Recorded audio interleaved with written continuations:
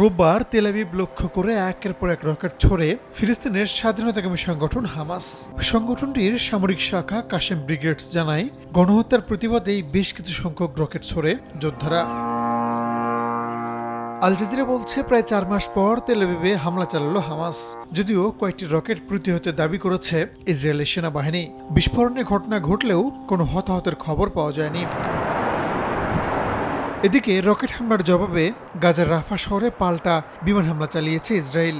গাজার স্বাস্থ্য মন্ত্রণালয় জানায়, বেশ কয়েকটি শরণার্থী শিবির লক্ষ্য করে চালানো হামলায় শিশুসহ অনেকে হতাহত হয়েছেন।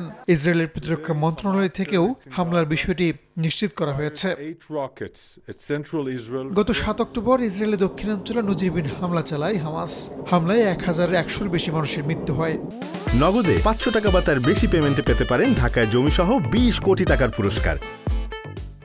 একই সঙ্গে 250-এর বেশি ইসরায়েলকে জিম্মি করে গাজায় নিয়ে যায় হামাসের সদস্যরা। এরপর থেকেই উপত্যকাটিতে আগ্রাসন চালাচ্ছে ইসরায়েলি বাহিনী। তাদের গুলি ও বোমার আঘাতে এখন পর্যন্ত 36,000 ফিলিস্তিনির মৃত্যু হয়েছে, যাদের বেশিরভাগই নারী ও শিশু। আহতের সংখ্যা প্রায় 80,000, আর বাস্তুচ্যুত হয়েছে লাখ লাখ মানুষ। রাহানুল রানা, সময় সংবাদ।